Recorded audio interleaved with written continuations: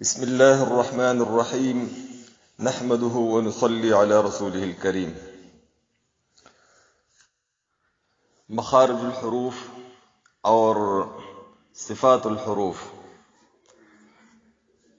جس کو اصل تجوید کہتے ہیں، الحمدللہ وہ مکمل ہو گئے،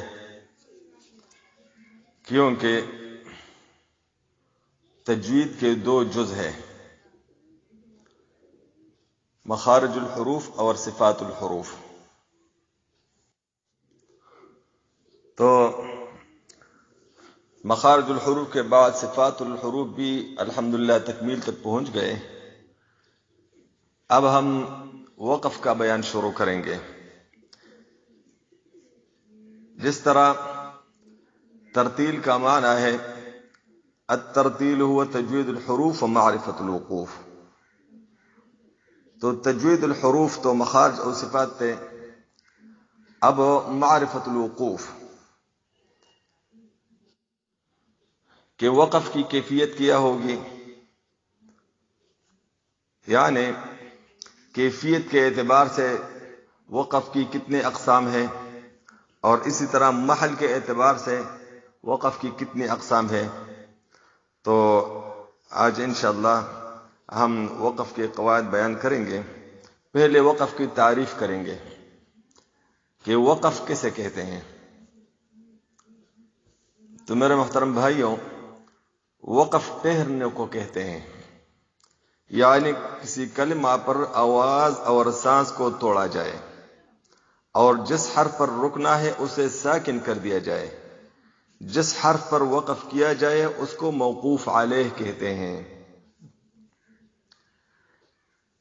ان وقف میں تین باتیں بہت ضروری ہیں: آواز کو توڑنا، سانس کو توڑنا، اور اس حرف کو ساکن کر دینا اگر وہ متحرک ہے. قطع الصوت مع النفس واسکان المتحرک ان کان متحرکا. قطع الصوت آواز کو توڑنا ہے، مع النفس سانس کے ساتھ سانس کو بھی توڑنا ہے، واسکان المتحرک اور متحرک حرف کو ساکن کر دینا ہے، ان کان متحرکا اگر وہ پہلے سے متحرک تھا. تو یہ تین باتیں وقف میں ضرور ہے. یہ وقف کی تعریف ہے. اب کیفیت کے لحاظ سے ہم وقف کی اقسام بیان کریں گے کہ وقف کی کتنی قسمیں ہیں. وقف کی 5 قسمیں ہیں. نمبر 1 وقف بالاسکان، نمبر 2 وقف بالسکون، نمبر 3 وقف بالاشمام، نمبر 4 وقف بالروم، نمبر 5 وقف بالابدال. یہ اجمالی طور پر میں نے آپ حضرات کی خدمت میں وقف کی اقسام بیان کیے. اب ہر ایک کا قاعدہ بیان ہوگا. وقف بالاسکان کسے کہتے ہیں؟ موقوف علیہ، یعنی جس حرف پر وقف کرنا ہو اگر وہ متحرک ہے تو اس کو ساکن کر دیا جائے. جس کی مثال میں آپ کے سامنے بیان کروں گا، آپ غور سے سن لیں. جیسے رب العالمین، تو رب العالمین کے نون کو ساکن کر دے، کیونکہ نون مفتوح ہے، یعنی نون متحرک ہے. الحمدللہ رب العالمین، جس طرح ہم وصل میں اس پر فتحہ پڑھتے ہیں الحمدللہ رب العالمین الرحمن الرحیم، لیکن جب ہم اس پر وقف کریں گے تو اس نون کو ہم ساکن کر دیں گے رب العالمین، تو اس نون کو موقوف علیہ کہتے ہیں.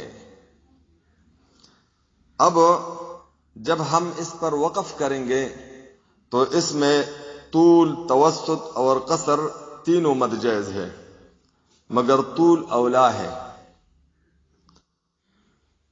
اور اس کو مد عارض وقفی کہتے ہیں، مد عارض وقفی۔ اب اسلام پر آپ غور کر لیں کہ اس کو ہم مد عارض وقفی کیوں کہتے ہیں؟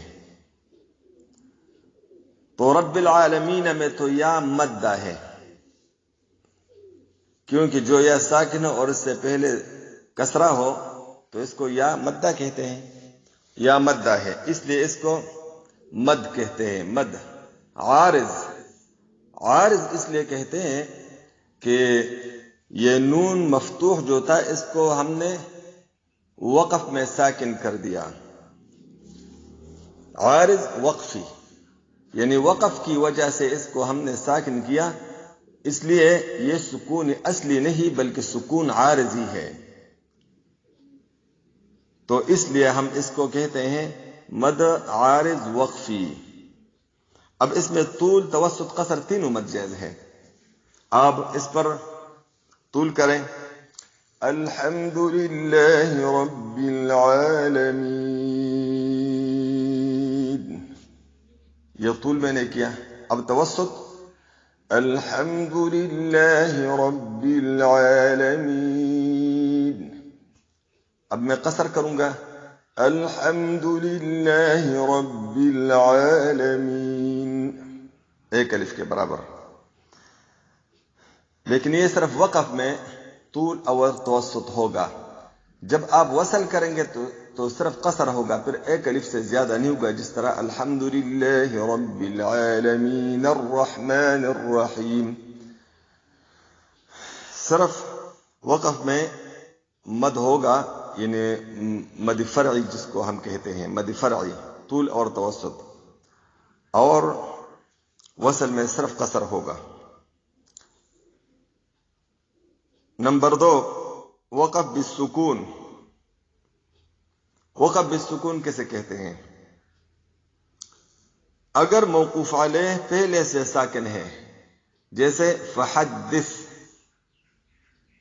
والضحى، عبده زکریا وغیرہ، اس کو وقف بالسکون کہتے ہیں،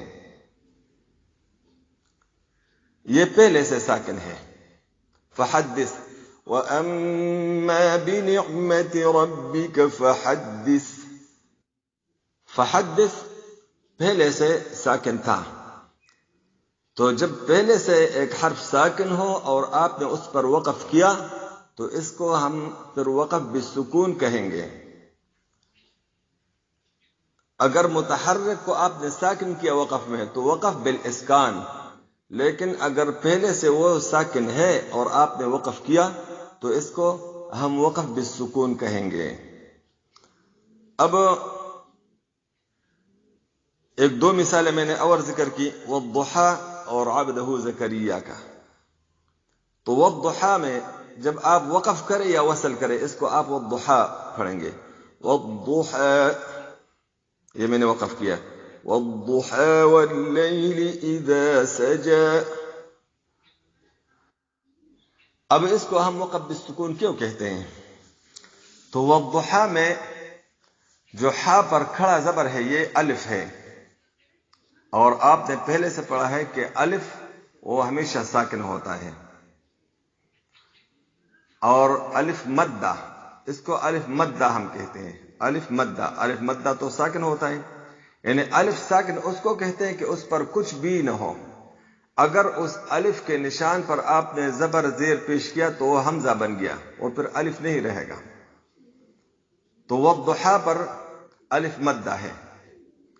تو یہاں اس لیے ہم نے اس پر جب ہم اس کی اصل کو دیکھتے ہیں تو الف تو ساکن ہوتا ہے، اس لیے اس کو ہم وقف بالسکون کہتے ہیں۔ اور اسی طرح عبدہ زکریا، عبدہ زکریا میں آپ غور کر لیں تو آخر میں الف جو ہے الف مدہ ہے، اور الف مدہ ساکن ہوتا ہے، تو اس لیے اس کو بھی ہم وقف بالسکون کہتے ہیں، اور اس کی ادائیگی وقف اور وصل میں ایک ہی طرح کے ہوتا ہے۔ والضحى والليل إذا سجى ذكر رحمة ربك عبده زكريا، ایک الف کے برابر اس پہ ہم مد کریں گے یعنی قصر کریں گے وقف میں. والضحا میں تو وقف اور وصل میں بالکل ایک ہی طرح ایک الف مد ہے، زیادہ کسی حال میں نہیں ہے. البتہ عبدہ زکریہ پر اگر آپ وقف کریں تو یہاں بھی قصر ہوگا. ذکر رحمت ربک عبدہ زکریہ. لیکن اگر آپ وصل کریں تو وصل میں پھر آپ مد منفصل بھی کریں گے، کیونکہ آگے آیت میں حمزہ ہے، تو اس پر پھر آپ مد منفصل کر سکتے ہیں. ذکر رحمت ربک عبدہ زکریہ اذ نادى ربہ نداء خفیا. آج کے لیے کافی ہے. آئندہ درس میں انشاءاللہ وقف کے کچھ اور اقسام کے ساتھ میں آپ کی خدمت میں حاضر ہوں گا. السلام علیکم ورحمۃ اللہ وبرکاتہ.